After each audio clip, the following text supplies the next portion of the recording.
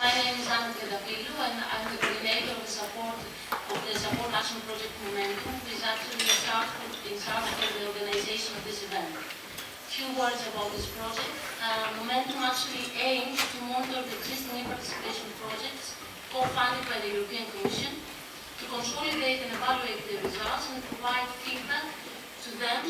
Is mostly for projects, from projects, and for those interested in the project's results and in the progress made in the preparatory action of eParticipation.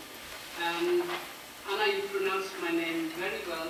I know it is very difficult with these many vocals in the room. I know many of you already from previous events, but for those who do not know me, I've taken over the unit. Preparatory Action to see that the results are maturing and the projects work together.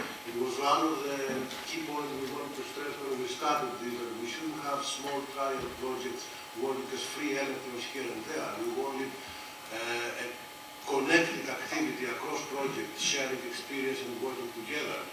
I think we managed to achieve in the 4 years until now a very rich mix of experiences with real-life trials in various institutional settings, from local authorities up to EU level. Good morning, everybody.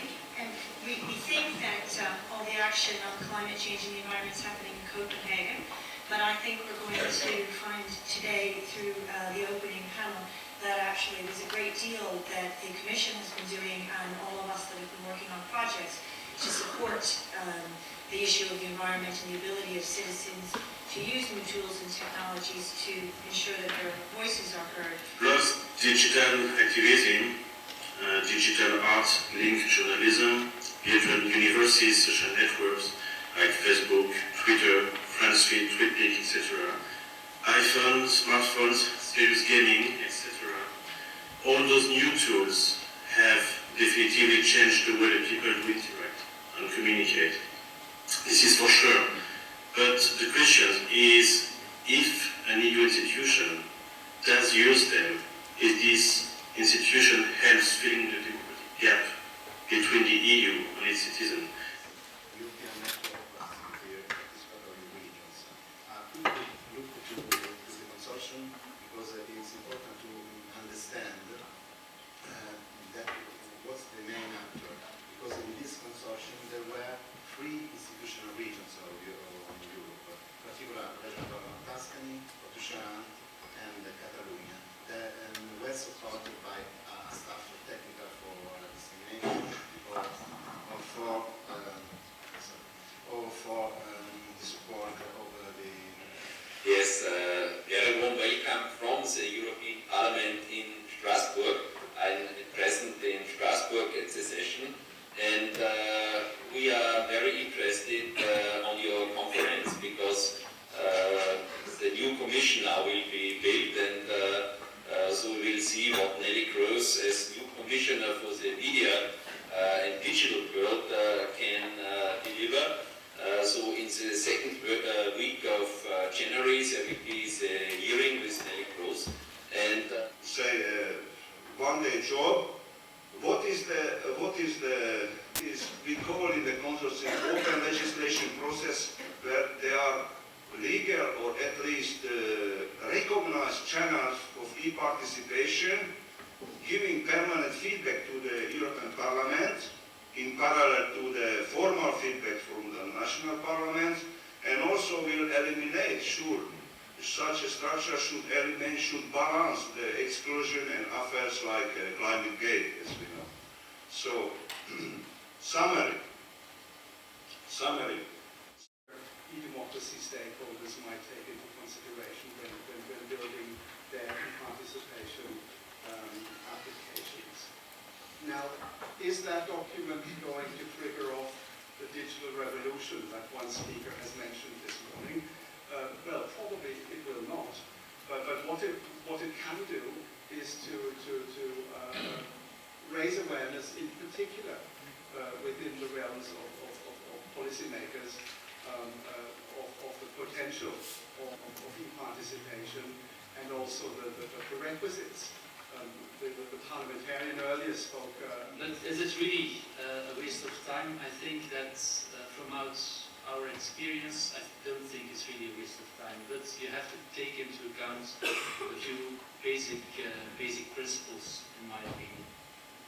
But let me shortly introduce, in fact, to you what the virtual European Parliament is or was all about. The objective was to create a public room and, in fact, a set of e-participation tools, mobilize, motivate, engage young people to participate, in fact, in debate between themselves on one hand and European politicians on the other hand, and then, in fact, to make some analysis on the participation. How do you provide information around a sticky NIMBY problem, not in my backyard, for example, and how do you turn that into a participative tool? So, that's what I'm trying to convey today.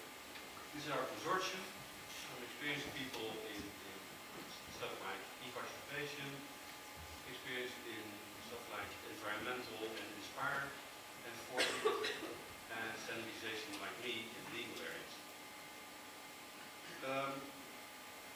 Going through what happens if you have a sticky, complex problem. Now, thank you for the introduction, Julia. My name is Johanna Schiepers. I'm working for Energy Nuclear in Stuttgart, southwestern Germany. I will now present you the e-participation projects Voice and Voices, and well, tell you what we learned from these projects. The first one, Voice, is ending in December, and the second one, Voice, is continuing until the end of 2018. Now, let me start with Voice. As I said, it started in 2008, January. Thinking about how to exchange and use geographical information and legal text during the deliberation and decision-making processes. First of all, we make a few set of rules for the policymakers, and they had to define well-defined law-based objects in maps and legal text, and combine those. And so they had to tell exactly what they meant in text objects, and also write this down. All those agencies are trying to get involved with us, with you, because we are people, we are customers.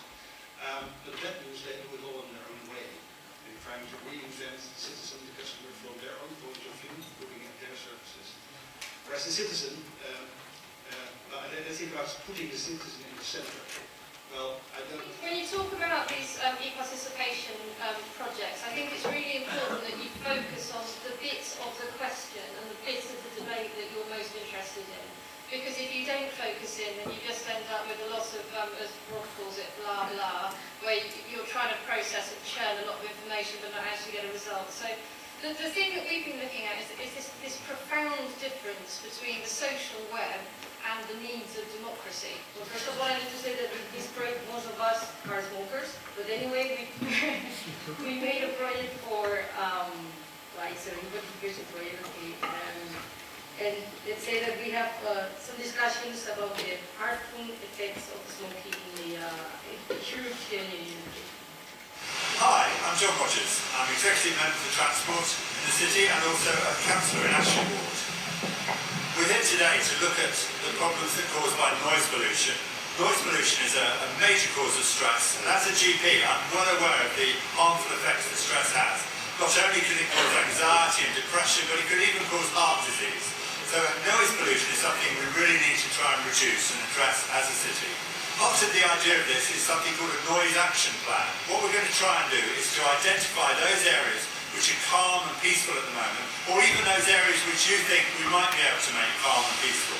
And to do that, we're using an interactive map, which you'll be able to click on at the end of this video, to look at and identify the places that you find as being quiet and peaceful, and that you can relax and go to when you want some.